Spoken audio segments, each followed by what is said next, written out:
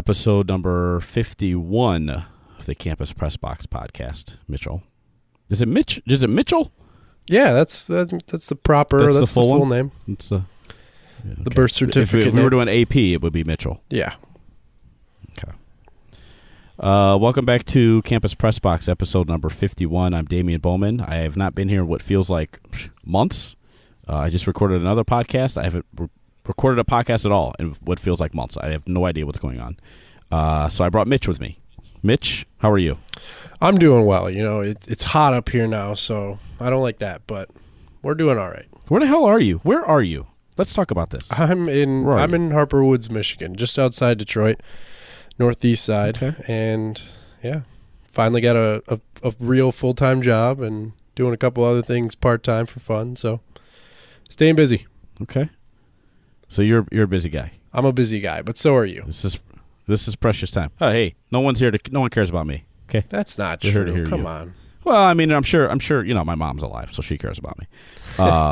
But you know, outside of that, that's all I got. My mom. You know, I'm a single guy, no kids, no wife, no nothing. I got my big time fancy job and refereeing. That's it. That's all I got. Hey, I mean, you and me both. Will Grier, the former quarterback at Florida, has transferred to. Where did he transfer to? Western Kentucky. No, that's not Bobby Petrino, is it? Yeah. It was. That's not. I mean, it was yeah. Right. It was. Yeah. Petrino's at Louisville now. That's right. Correct. The Hilltoppers. What's that? Yeah. What's that guy's name? Who guys? At Western Kentucky. What's that guy's name? Right now? I don't know. Come on. That's not the important part. All right. But yeah, he convinced Will Grier to come on over to his program and. Jeff Brom, by the way. Okay, there you go. See, I didn't even know that. You're on top of things. Well, you know, I binged it. Bing and decide. You're quick with it. Yeah, you know. All right, so he convinced Will Grier to come from Florida to Western Kentucky. Carry on. I'll let you finish. Well, this is interesting because Grier is the one who was suspended last season for 365 days for testing positive for some kind of substance. He and his family still maintain that you know, he didn't mean to. He wasn't trying to cheat or go outside the rules or anything. It's just one of those things that you don't know, I guess. And right. When you're putting that needle in your body, you don't know what's going on. Well, it could have been anything, but I mean. Okay. Well, we'll just pretend like it's anything. I'll just go with needle. You can just pretend like it's something else. Well, my thing is if you're taking any sort of anything, you can't plead ignorance, you know? Exactly. That's my point. Well, I'm not going to put something in my body and not know what it is. Well, yeah, needle or not. Right. Exactly. Exactly. That's why you get 365 days off not because you did something illegal, because you're too stupid to know what you're putting in your body. That's the penalty. Well, he got the penalty, and now he's kind of I don't know. It's interesting. I want to ask if you think he should be allowed to basically overlap that 365-day suspension with the year that he has to sit out for transferring to Western Kentucky. So basically, you know, he's kind of killing two birds with one stone. It looks like he'll be eligible starting in 2017. And what do you think? Should he be allowed to play next fall or not? So he's basically doing concurrent time, basically, right? Yeah. Like you said, he's doing both jail terms at once, if you will. Yes. We're going to get all criminal justice here. Yes. Here's the thing. I am not a fan of student athletes having to sit a year when they transfer from one school to another, because I think that coaches can do whatever they want, and I think that student athletes should be able to do whatever they want. So I guess that kind of puts me in I think it's okay that he is serving concurrent time. But in this case, because he failed an NCAA test, I think that it should be consecutive time. I think he should have to do one, and then the other should pick up right there. Now, they can give him some kind of, and we'll go all Perry Mason here, some like jail time credit or something, and, like suspend half a sentence or whatever they call it. But I think you should have to sit out the full year for the drug and then something else after that for the transfer. I think you're right. We are on the same page. I don't think guys should have to sit out a year just for wanting to switch schools. But in a case like this, I think it's appropriate because clearly he realized that by the time he was eligible again at Florida, he wasn't going to have his spot back. Right. And, going to Western Kentucky obviously increases his chances of playing in the near future. Right. So I do think like you, he should have to serve that entire year and then some kind of period for transferring. I just don't think it should be a full year. Yeah, half the season's fine. I'm okay with half the season. Like half of his season after he completes a year for the drug suspension. So the first half of 2017, he should sit. I think that's fair. Yeah. I think that's reasonable. And it would be interesting if that was the status quo because half of a year in football it's basically going to turn into a full year. Chances are you're not going to see a guy come in halfway through the season and all of a sudden just take on this major role with a team. Right, and here's the thing. Like, I think he should still be able to practice. Like, I think that's legit. So, I mean, I think that makes his return halfway through the season more impactful than it was if he weren't allowed to practice. Like in the NFL, where you're gone for 8 games or whatever that is.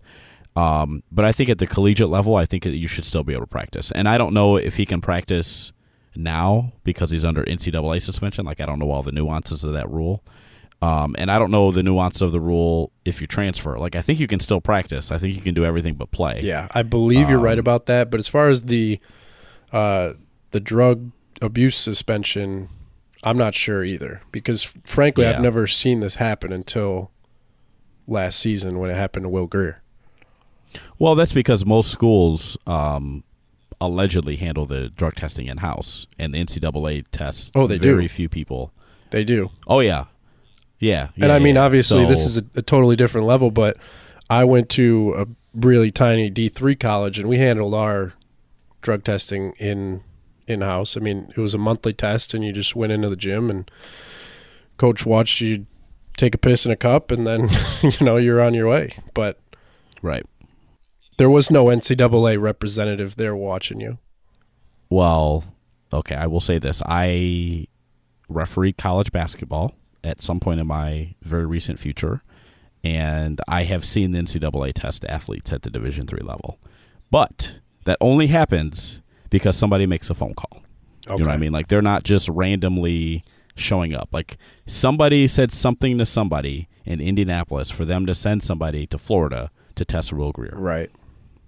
You know what I mean? And, of course, he probably was not the only one who was tested because that would make it super obvious.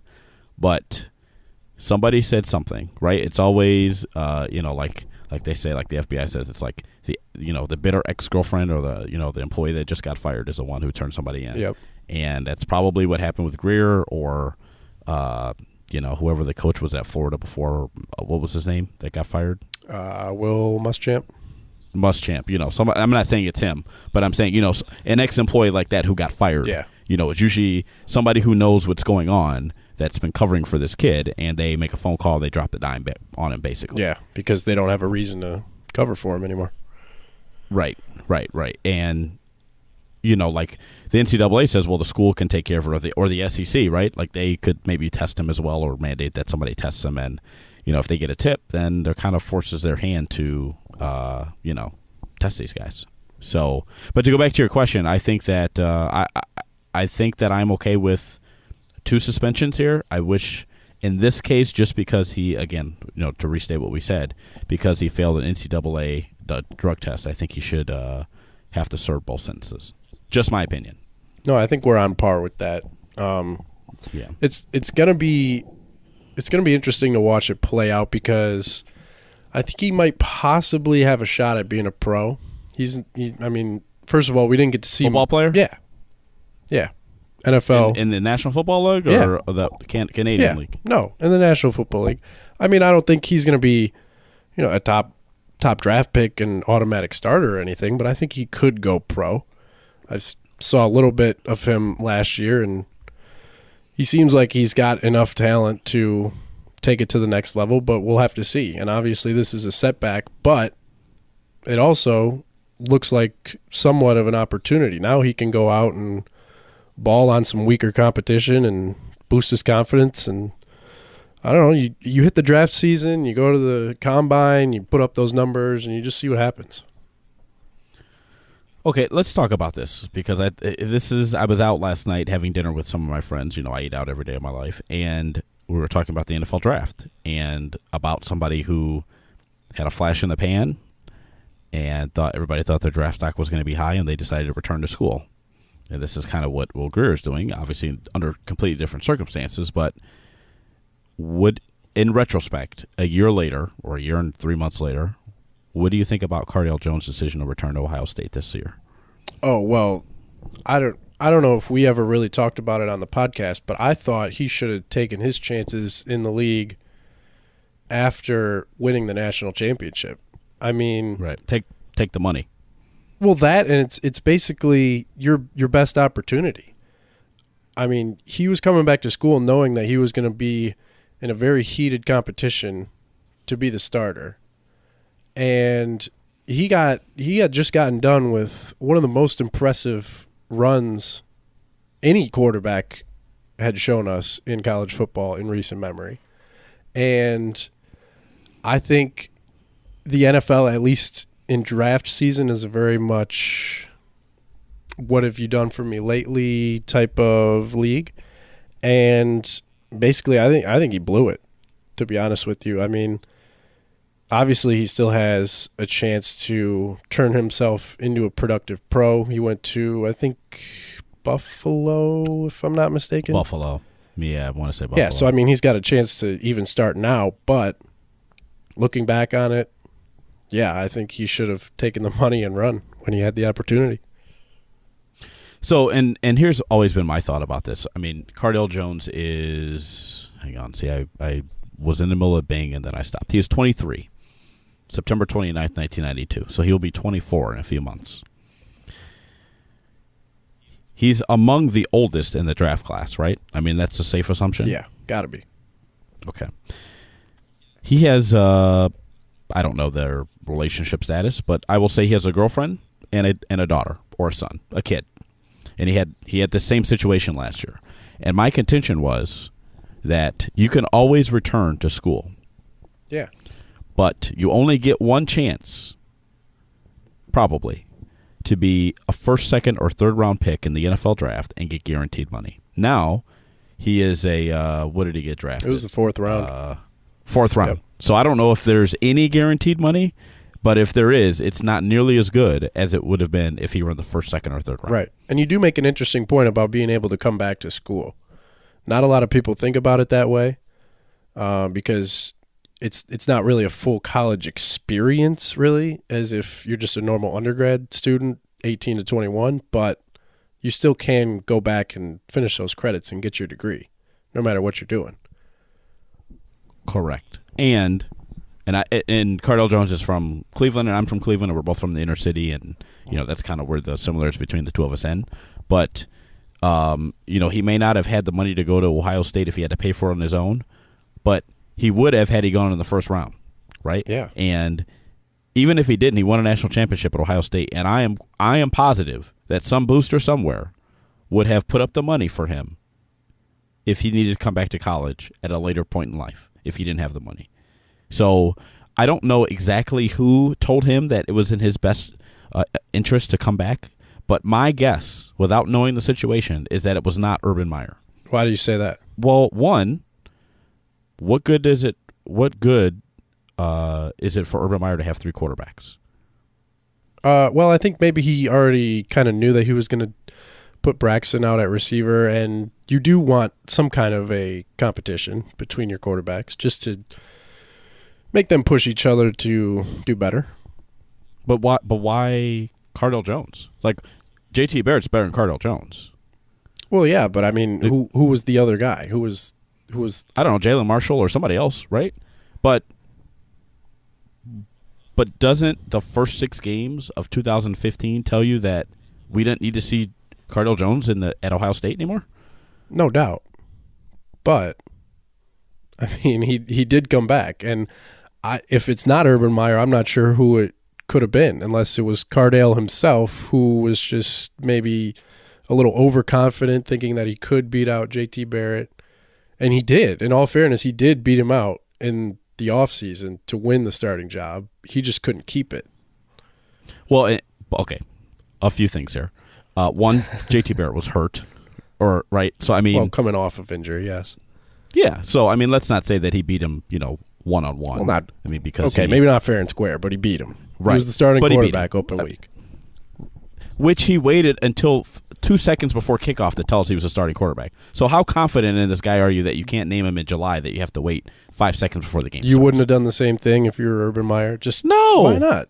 No. One, because I'm an adult, and I want people to know who my starting quarterback is. I want me, and I want the rest of the team to know this guy is your starting quarterback. Maybe everybody but us did know. Really? You think all those college kids kept their mouth shut? Honestly, I think all those college kids kept their mouth shut. That's what you're telling me. I think you're underestimating the power that Urban Meyer has over those college kids. Oh my God! I'm serious. Are you in Urban Meyer's circle of bullshit or whatever the Apple people call it? Like, what do they call that? Like the zone of whatever, where like whatever they say is what it is. Like what I can't remember what they call that. What are you in that? I'm not in it. Are you in this? I'm not in it. I'm just. Did you really just say that they are under Urban Meyer? What did you say? Under his spell? What did you say? No, you're underestimating the power that Urban Meyer has over them. You're in his circle of bullshit, aren't you? I mean, maybe I am. Okay. I have no faith that those kids would have kept their mouth shut. Not all 101 of them, or however many there are on the team. There's no way. And even if he just kept it to the offensive line, those guys have girlfriends, and the girlfriends talk, right? So, no, I don't have faith in college kids. Second, your point about who probably convinced Cardale Jones to come back, and I know you don't know anything about this because you're not from Cleveland, but I would say his high school coach, Ted Ginn Sr., and I'm sure you know the last name, Ted Ginn, probably convinced him that he should return to get his degree, which is noble. Right, go to school. You only have so many years to go to school. Blah blah blah blah blah blah blah blah blah. I got it. Right, I understand. Go to school. Money is more important when you have a girlfriend and kid, and you're young, and you could blow out your knee and never play football again. And don't tell me about insurance because it's not as much as that you get in the first round. And Cardale wasn't there to play school to begin with, so. Yeah, everybody makes that joke, and it's funny. I mean, it's funny to keep bringing that up, but I mean, it is very difficult to say that he has not matured since that comment. Absolutely. I mean, obviously, yeah, and I know that you weren't saying that he didn't, but I think that goes to the point about him being very mature. But remember, he's also what did I just say? 23 years old.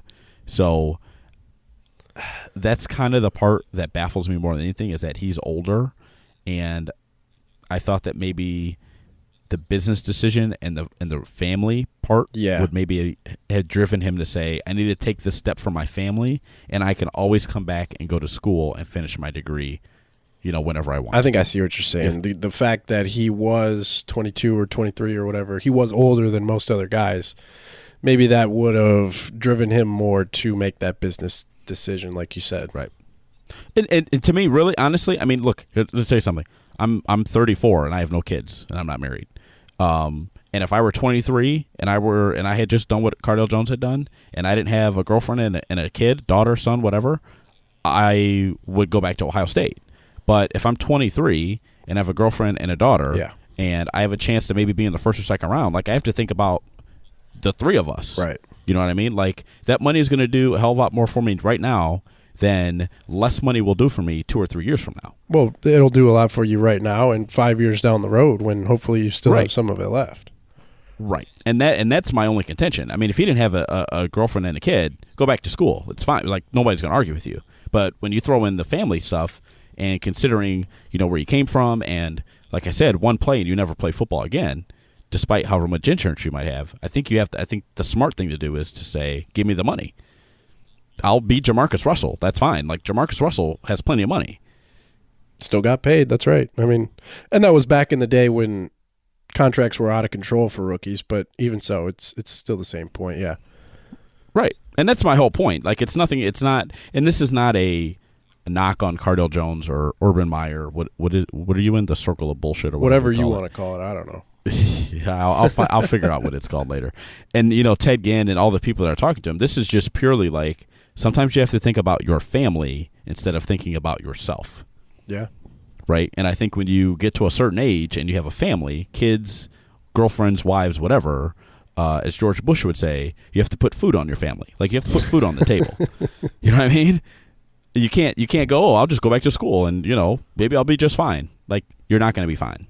Your stock will never be higher than it is right now. And I think that we found that out. So to tie that back in with Will Grier, yeah. I don't know that he is going to get a better chance than he got at Florida. I don't know that Western Kentucky is going to give him that chance. I don't even know what conference they play in. Are they in Conference USA? That was the first one that came to my mind. They are, yes. They are. Okay. So, sure, they'll play Houston and they'll play Memphis and, whoever else is in that, that conference that's decent. But Will Grier is not going to get the amount of TV time that he got when he was playing at Florida, and he was playing well. Well, yeah, that's SEC, but even so, I'm saying there's still an opportunity for him to get drafted. And as far as Cardale is concerned, I'm rooting for him, all joking and everything else aside. Sure, oh yeah, absolutely. I'm hoping he wins the starting job and, makes the Bills fun again. Who is the Bills quarterback? I don't know. They got about 19 of them, and none of them are any good. Stand by. No. Oh, E.J. Manuel. Yeah. Tyrod Taylor. Yeah. E.J. Manuel. Tyrod Taylor, what is he, like 30? Holy crap. Yeah, and Kyle Orton. No, Kyle Orton can't be there anymore. He's got to be gone. Right? Like, he can't be there anymore.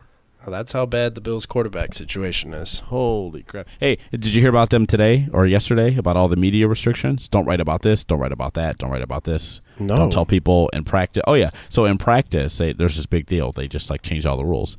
So you're not supposed to report, about what happens at practice. Only the good stuff.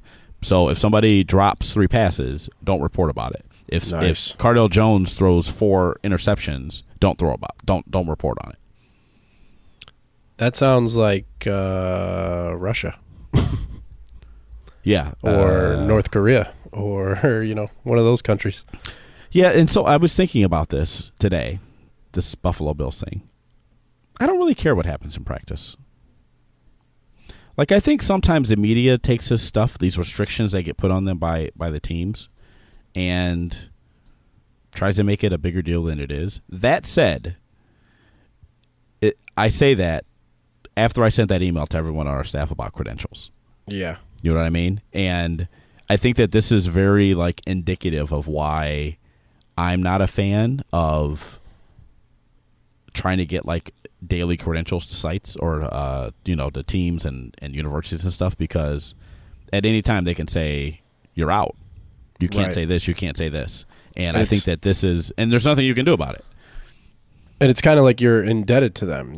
They look at it like, hey, we did you this favor by letting you in and giving you all this access, but in return, you got to make us look good. Right.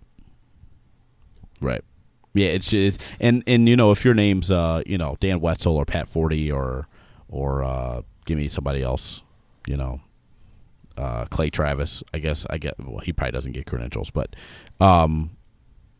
you can say whatever you want because they're not going to take your credentials away.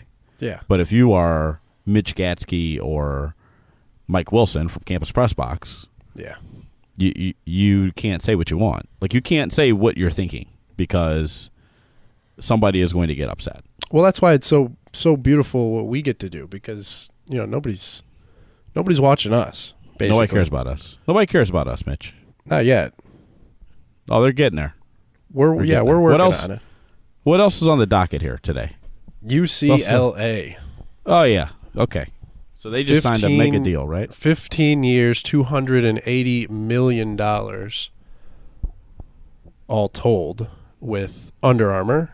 For their apparel deal, they'll be doing the Was this shorts and T-shirts? Is this shorts and T-shirts they got, or what they get here? I don't know. I'm assuming they're going to be doing the football and the basketball jerseys, giving a bunch of money And the whole university. You think they're going to go? What's UCLA? So the Pac-12 is the Conference of Champions. Yeah. And UCLA is the Pac-12 is the Conference of Champions, just not football and basketball. But they win everything else. I mean, they do. I mean, you look at it, they got all the championships. Like it's not really even close. Like everybody else is just kind of second ran. God, so like UCLA, like don't they have the most championships of any single school? Well, they probably do. I mean, Wooden won however 20? many. Yeah. Yeah. I think they have like 100. Leg up. I think then when they won their 100th athletic championship, they made the C and everything gold. Did they? And all the jerseys. I believe they did that a few years ago. I'm almost positive they did that to signify that, they're the gold standard of championships. Right? Because C is 100, right? Isn't C a C note 100? Yeah, 100. 100. Hundy. 100. I don't know. Yeah. I don't know any of this stuff. According to Mike Wilson, though, the breakdown of the deal: $15 million up front, $11 million in marketing and rights fees, and $7 million in apparel per year. Okay. For 15 years. Yeah, for 15 years. So that's a lot of money. It's a good deal. And well, it's the best in history. It beats Michigan's 15-year deal, good for only $170 million, which was signed last year. And it beats Texas's 15-year deal with $250 million, which was signed earlier this year, and also Ohio State's 15-year deal worth $252 million. And then all those schools are with Nike, right? Yes, all of those schools are Nike. This is UCLA with Under Armour, and that actually brings me to my point. What do you think about Under Armour having to overpay to beat out Nike? Well, here's the thing. I like what Under Armour does with their uniforms. Mike Wilson and I always talk about this. We make fun of Maryland, right? Because a guy who founded Under Armour went to Maryland. Yep. And Under Armour is headquartered in Maryland. Yep. And so they do all these crazy things with the uniform. And Mike, there's the famous podcast. Mike hates the state flag of Maryland because of those, the clamshell. I love it, by the way. Yeah, I love it too. I think those Maryland flag uniforms are some of the best alternative uniforms in college sports, maybe anywhere. Now, you and I are young. You're a whole lot younger than I am. You don't have to say it. I'll say it for you. But I don't think UCLA is going to let them do that kind of stuff with their uniforms. So, no. I guess the question is for Under Armour, what's the return on investment in that type of money? Now, obviously, you're with a marquee brand. We just talked about all the championships that UCLA wins. Yeah. What does Under Armour get out of it? Well, I think it's just attaching themselves to a big name finally. Their other teams, nobody really stacks up against UCLA in terms of just that name brand, I guess, is the best way to say it. And as far as what they can do with the uniforms, you're right. I don't think they're going to be able to touch the powder blue and the gold. Maybe the only thing that I could think of is flip-flopping the two so they'd wear gold tops with powder blue pants, which would be incredibly ugly. Yikes. I'm trying to think. Okay, so I know they have Maryland, and I know they have Auburn. Texas Tech. Texas Tech. I always forget about Texas Tech. Okay. Yeah. I mean, other than that, I don't know. Chicago Cubs, Baltimore Orioles. Really? I'm looking at their Wikipedia page. Oh, okay. They do their uniforms? No, obviously Majestic or whatever does it, but they must have like side deals or whatever with them. Oh, okay, that makes sense. Yeah. The U.S. Gymnastics teams, men's and women's. There you go. Men's, I guess, whatever order you want to go in there. Okay, so here are the colleges. Some pretty good ones on here. Cal. Cal's a brand. Yeah, Maryland. I guess. Navy. Should know that.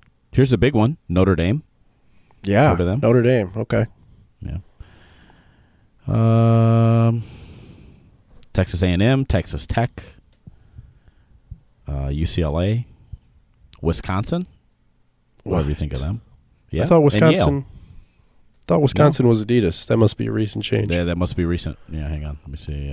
But anyway, as we're going through all these schools, kind of like UCLA, they're all teams where you're not really going to touch the look too much. You're not going to go into Notre Dame and say, "All right, here's what we're doing." Well, but Notre Dame does that Shamrock Series. Yeah. Right, where they do one game a year. Yeah. Where they completely change the uniforms and they sell a lot of uniforms. But I don't think that's an Under Armour deal so much as it is a Notre Dame deal. Well, but if your point is that they're not going to let them change the uniforms, they're not going to let them change their traditional uniforms. But if they get one game a year where they can go crazy on the uniforms, then I think everybody is happy. I guess I just mean they're not going to – these teams are not going to let Under Armour come in and do with the jerseys what, Nike did to Oregon? Yeah, Nike did to Oregon or Nike did to however many other schools.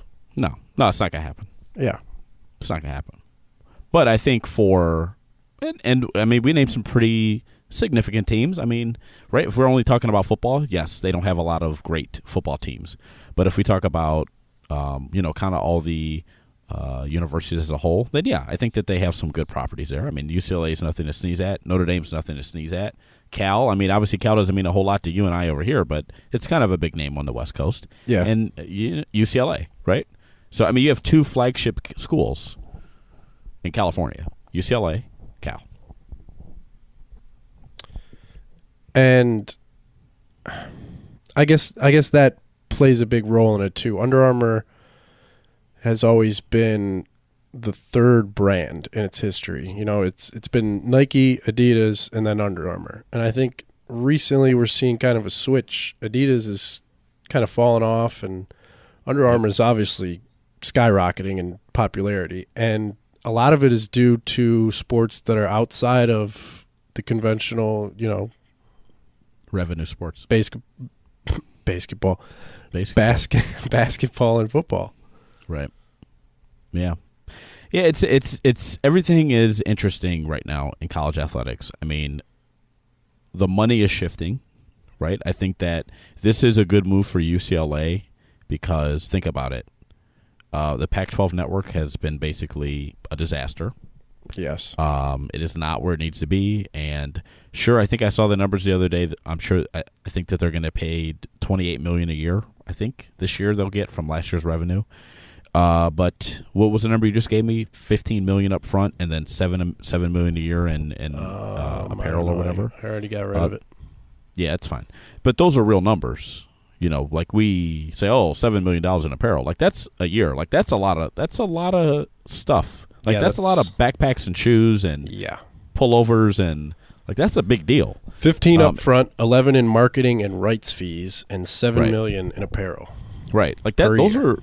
Those are big numbers. I don't know what Nike and Texas and Tennessee and Michigan's numbers are, and Alabama's. I don't know what their numbers exactly are, but they're getting very real numbers from Nike and Adidas.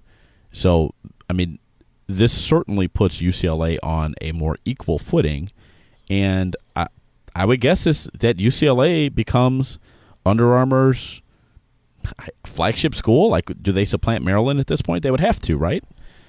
I don't know. Do they supplant Notre Dame? I mean, yeah, okay, that's true. I always forget about it. It depends on how you're measuring that, I guess. Yeah, I guess if we're only looking at football, no, nothing will top Notre Dame. But if we're looking at all the sports, UCLA is a big brand. Like UCLA is a bigger brand than Notre Dame.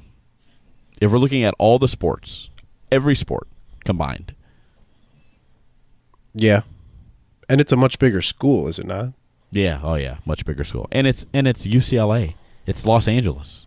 We're not talking about South Bend, Indiana here. And I think that might also be a reason why Under Armour moved in on UCLA, because USC is a Nike school. Right, right down the street. Right. I mean, why not drum up a little competition there in L.A.? What? So UCLA used to be Adidas, right? Were they yes. Adidas before? Yes. Yeah, okay. I guess the other question is what's going on with Adidas? I think basically they're just taking a back seat. I mean, there's no excitement going on with their brand. They're not doing anything new with any teams, and it's just kind of, I don't know. All of their designs seem to be like 1 and 2 steps behind Nike and Under Armour. They all seem to be reactionary as opposed to revolutionary. Man, you are just the king of big words today. I guess I am. I mean, this is impressive, and it's it's almost 10 o'clock as we record this. You're just on top of it today. The vocab never turns off, man. That's why you're the senior editor of content or whatever you are now. Oh yeah, that's right. I got a big promotion this week. Yeah, that's right. That's right. You got promoted. You got upgraded. I got to update my LinkedIn page. That's right. I don't even have a LinkedIn page, so look at you, big time. Mitch. That's all right. You don't need it because you're already set. I guess I got to get out here and network and meet some people. So yeah, that's what I'm working on. All right. So what's the big story of the week here? You know what the big story is. You caused the big story. Yeah, this is so weird. Okay, this is actually very funny. By the way, that is not corroborated yet. If you have noticed, so yesterday this article from Chip Brown from Orange Bloods. Is that where that is? Orange Bloods? I can't remember. Yeah, I think so. I don't know. Basically says that Baylor is going to fire former federal judge and independent counsel Ken Starr, who is a president and chancellor at Baylor University. This comes out. I see it. I've kind of been sitting on this for a while because I kind of wanted to see where all this went, and I'm really in favor of firing the people who are directly responsible for things. So to me, the guy who really needs to go at Baylor is Art Briles because, he's the CEO of the football team. Yes. And the athletic director needs to go as well. But it sounds like, again, uncorroborated. Like only one report. This Chip Brown is the only person who's written a story about this, who's reported on this, that Baylor has essentially fired Ken Starr. And it's been 2 days, so it's not like, this is brand new or anything. Basically, nobody else has just had the guts to touch this. Right. So there's a few things going on here. One, they're going to wait until Friday, right? Because Friday is the day before the holiday, and any bad news you have, you do it Friday at 4 o'clock when everybody's out of the office. Yep. Or there was a report that they're going to do it on June 3rd, which is probably next Friday, right? Or something like that. I guess I'm not surprised anymore. This culture of rape and sexual assault at Baylor is more than disturbing and disgusting, and that someone like Ken Starr, who investigated and was able to bring charges of impeachment, I guess actually the Senate brings the charges of impeachment. Actually, it was at the House of Representatives. I always get this confused. Against Bill Clinton in 1999, but he could not take care of basically the same problem at a small college in Texas. It's kind of disturbing. Oh, it's really disturbing. Yeah. Like we're talking about football here. It makes you wonder who is pulling the strings on Ken Starr at Baylor. Right. I mean, this is, again, a former federal judge and the independent counsel who almost got Bill Clinton removed from the office of the President of the United States and cannot get his athletic department in order at Baylor University. Like, we're not even talking about Ohio State or Tennessee or Michigan or UCLA even. We're talking about Baylor. A Baptist university in Waco, Texas. Like, when I think Waco, I think Branch Davidians. I don't think rape and assault. Do you even remember the Branch Davidians? Were you even alive when that happened? David Koresh? I don't even know what that is, to be honest with you. Are you kidding me? I'm sorry to let you down. Wait. The siege at Waco, Texas? You don't know what this is? The Branch Davidians? I really don't. Okay, so hang on here. I think this was like 1996. Are you going to give me a history lesson? Oh, yeah. Oh, hey. I am a history guy, so here we go. I love it. I can't believe you don't... you don't know this. I was 3 at the time. If it happened in 96, I was 3. Yeah, it might have been before that. A young 1990. 93. Okay, see, you're going back my entire history. Yeah, 1993. My entire existence. February 28th to April 19th, 1993. Before I was born. I thought you were a history major. 6 months before I was born. You know, there's a lot of history that happened before you were born. What kind of history major are you? Are you a history major, the kind that I'm not was a history stuff major. that happened after you? I'm not a history major. I just enjoy history. Okay, let's try this again. Are you a fan of the history of the stuff that happens after you're born, or like when does your history timeline start? About like medieval times. But those 6 months before you were born, they're out. Well, this must not have been a very big thing if I don't know about it. Like 40 people died in a house because the FBI held these people hostage, basically, in Waco, Texas, and tried to shoot these people because this guy was leading a cult. And instead of coming out, Koresh burned them all to death. Oh, jeez. In Waco, Texas. This was a big deal. Like 93, yeah, I was 11 when this happened. Oh, yeah. So the question is, why is this not a bigger thing in today's society then? Why did this just go away? Baylor or the Branch Davidians? The Branch Davidians. Why is it not a big deal? I don't know, because it happened 20 years ago. All right then. So what are we talking about here? But my point is that when I think of Waco, Texas, I think of the Branch Davidians. And I think of these people who died. 76 people died, not 40. Okay. 76. 76 people died. He burned all these people to death. Okay. I can't believe you don't know. You've never heard of this.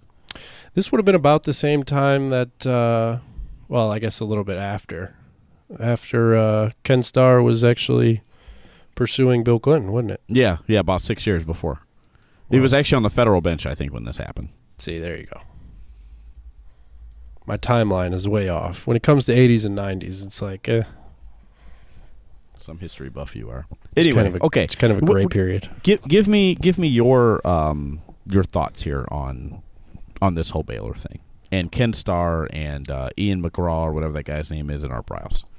I think it's absolutely ridiculous that Ken Starr couldn't keep a hold of this small university because, honestly, if it weren't for football, none of us would know what Baylor University is, first of all. Like you said, it's a very small Baptist college. I don't understand what qualified Ken Starr to even be awarded the position of president at the university. Okay, so before, in 2007, at Baylor, there was a basketball player, I can't think of his name, who, I don't know if he raped and killed somebody or just killed a fellow basketball player, or at least a fellow student. And everybody in the university, from the basketball coach to the president, basically covered it up. So the powers that be at Baylor, the Baptists, again, by the way, I'm Catholic, so everybody else is and we're perfect. You and me both. That's right. Yeah. Okay. See, that's why you got promoted. Take care of your own. There you go. So they basically brought in Ken Starr because he was Ken Starr, and he was going to clean house and take care of everything. So I believe there are other connections for Ken Starr. Like, he might have actually gone to law school there, maybe, or something else. But he's the and I'll say it again, he's a former federal judge and the independent counsel. Yeah. So when did it switch from him being, the keeper of the law and keeping everybody in line to basically anything goes on his watch? When did About 6 months after he got there. All right. Well, what's taking so long to? I mean, yeah. It sounds like how has it gotten to this point? I guess is my issue, because these are serious things that we're talking about. It's not like, Jameis Winston got on a table and screamed some obscenities in the library. We got to discipline him. This is serious stuff. And basically, this guy, Ken Starr, is nowhere to be found. And Art Briles isn't being held responsible. The AD isn't being held responsible.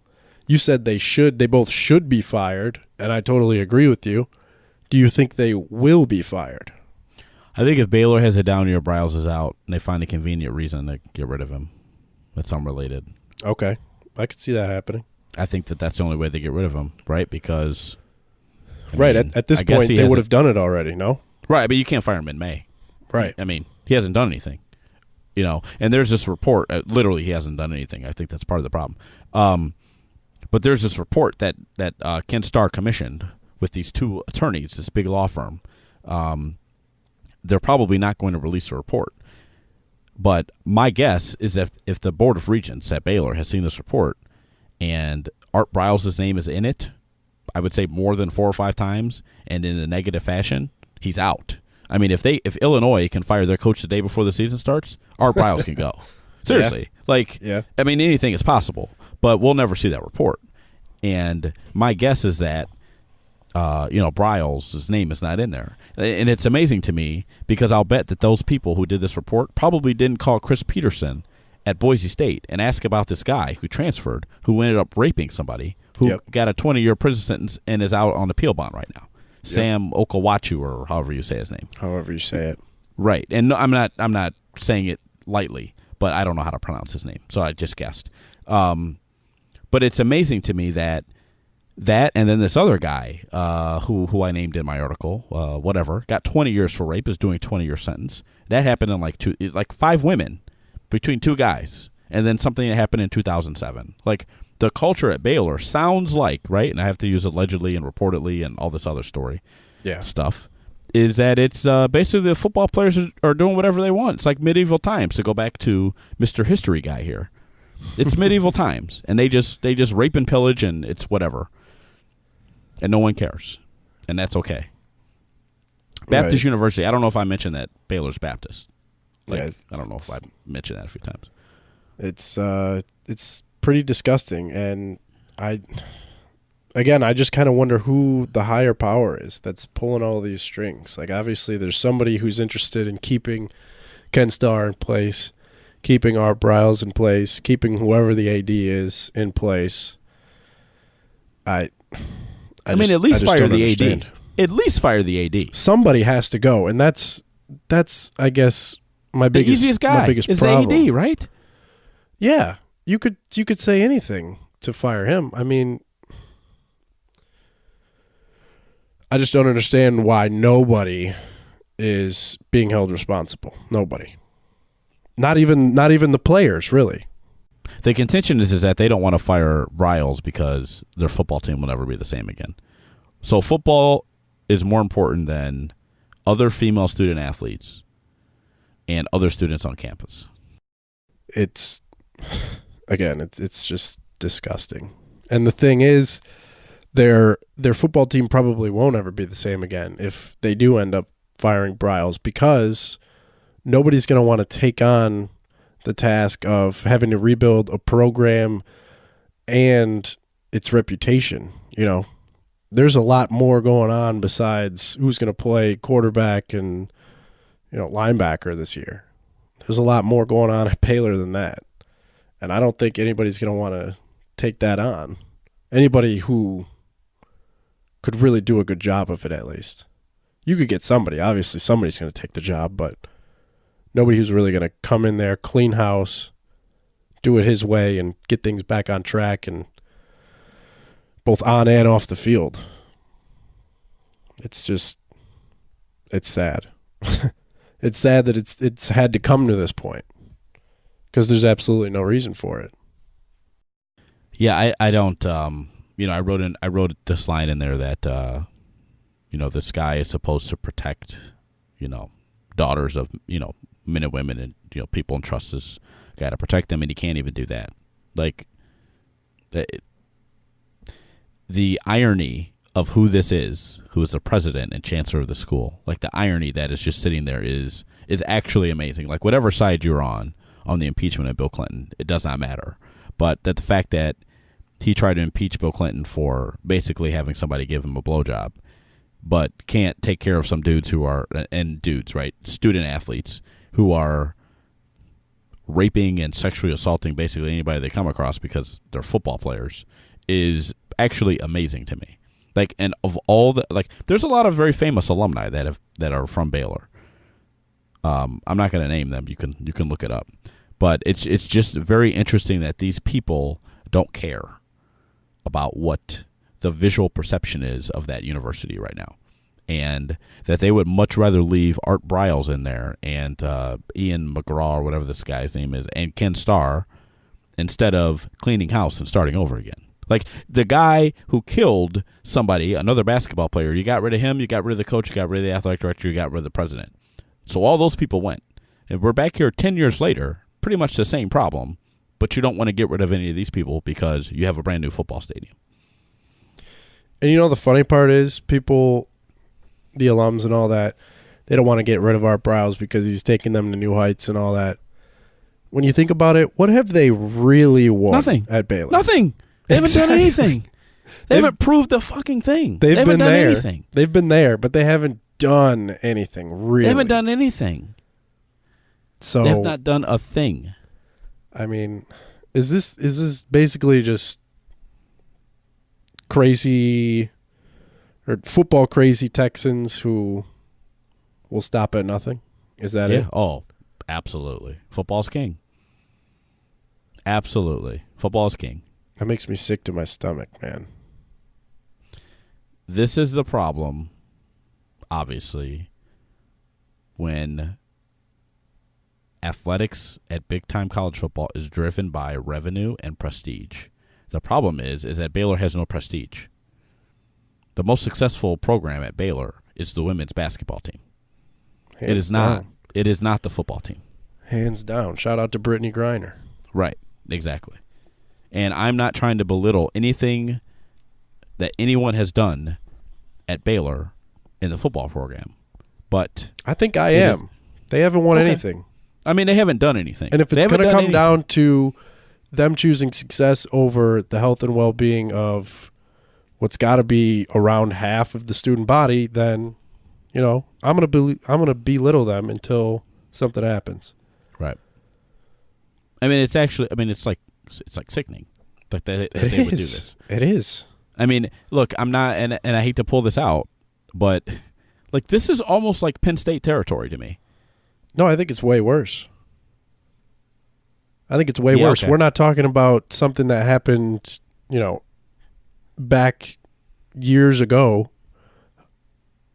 Yeah, it happened, as we know now, for quite a lot of years, but we're talking about something that's going on right now that's still unresolved, that people are apparently unwilling to take action to solve. I think it's way worse than Penn State. And I had this conversation with Seth about this. I don't know if it was on a podcast or if it was just in Slack or something, but knowing everything we know about Penn State and about the things that Jameis Winston allegedly did do, and the other guys at Florida State who got in all that trouble for, at the bars and punching and Tennessee and all this other stuff and the trainer and Peyton Manning and all that other stuff. Yeah. That athletic administrators and school administrators think that they can just sweep this stuff under the rug and hope that no one will say anything or that it won't come out is what makes it significantly worse than what all those people at Penn State might have done. Because in 1999 or 2003 or whatever, no one knew about any of this other stuff. But it feels like every week something else is coming out where these guys are trying to hide stuff. Like you can't – isn't it easier just to punish these people, kick them out of campus, fire them, prosecute them than it is to try and sweep it under the rug? And that's where it doesn't really match up for these administrators. These football players, most of them, all of them are replaceable. You can go recruit another 5-star senior to come play next year. Correct. I don't understand why they would choose some football player over their own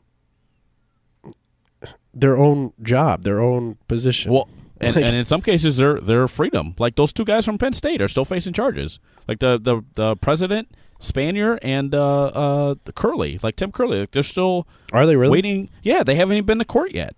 Oh, like, see, that's ridiculous. Right. That's a like whole those nother guys issue. could still, but those guys could still go to jail because they didn't do something about Jerry Sandusky. But people at Baylor and Tennessee and Florida State and whatever school, right? I just know those because those are in it happens at every school, basically. Right.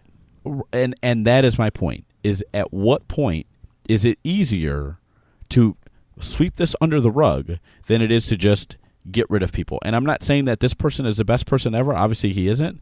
But Nick Saban took that kid from Georgia who was up for punching his girlfriend or whatever. Yeah. He says he's going to be fine at Alabama. 2 weeks after he says that, this guy punches another person or whatever, and Nick Saban gets rid of him right away. Yep. So if Nick Saban can get rid of somebody right away, why can't somebody else do this? I don't know. Couldn't tell you. All right, Mitch, tell everybody where they can find you. Find me on Twitter at Great Gatzke, Gatzke. Find me sometimes in Ann Arbor, but mostly in Harper Woods in the Grosse Pointe area. Find me at Detroit City Football Club games. That's one of my part-time gigs this summer. What? Wait, whoa. What? Yeah, I'm just going to drop this in there. Detroit City FC. What is that? It's a semi-professional soccer team here in Detroit, and it's a blast. Where do they play? Where do they play at? We are just in the process of moving this season to Keyworth Stadium in Hamtramck, which was originally built back in the Depression era for more history lessons. But he doesn't know the Branch Davidians. Yeah, I mean, I know the important things. Okay. But that's where you can find me. Are you going to write again? Am I going to write again? Yeah, are you going to write again? The people want to know if they can read your stuff online. Are you going to write again? I am going to write again, but I actually meant to talk to you about this. I would prefer to do. Here we go. Now we're done. Now we're doing company business on the podcast. Go ahead. No. Hey, it's already out there. Go ahead. You prefer to do what, man? I would prefer to do bi-weekly. That would let me develop quality, in-depth pieces as opposed to just pushing stuff out for clicks. Well, there it is, folks. He doesn't want your clicks. He wants quality. No, I want the people's love and admiration and respect, not their clicks. They can keep their clicks. I'm with you. I hate clicks. I don't like clicks. I like quality. We need clicks, though. We need clicks, too. But okay, but here's the thing. Yes. Quality clicks. Correct. Every website in the world wants clicks, but I don't want clickbait. There you go. Okay. I want good content that people come for, and if it's lower clicks, but people are happier with the content, then I think everybody is happier. If you want clickbait stuff, go to collegefootballtalk.com where they produce a column after every quarter during football season. That's clickbait garbage. So if you want clickbait garbage, College Football Talk is where it is. Wow. Shots fired. Okay. No, I mean, look, hey, rival. Well, yeah. Hey, look, that's NBC Sports. I mean, we're not their rival. Okay, they don't even know who we are. Anyway, before I get myself in more trouble, I can already hear my attorney calling me. I'm at Damien Bowman, DamienBowman. You can email me, damien.bowman@campuspressbox.com. Mitch is mitch.gatzke, however he spells his last name, at campuspressbox.com. The show notes for the show are at fourlights.fm/cpbx/51. They're not there now, but by the time you hear this, they will be there. I'm disappointed I wasn't brought on for the 50th show, by the way. Just to make a guest appearance on the anniversary, the 50th anniversary. They talked about college basketball. I wasn't even there. Really? I'm looking at the notes right now, Making Sense of Madness. Damon and Ben Belden talk about the NCAA tournament and that was basketball. Months ago. Oh, has it really been that long? I've been busy. Okay. That's the last one I see here. I mean, unless I'm missing something. March 24th. It's the last one I see here. We'll have to get back to it then. 52 will be sooner than 51 was to 50. Correct. But don't forget, we had what was the name of it?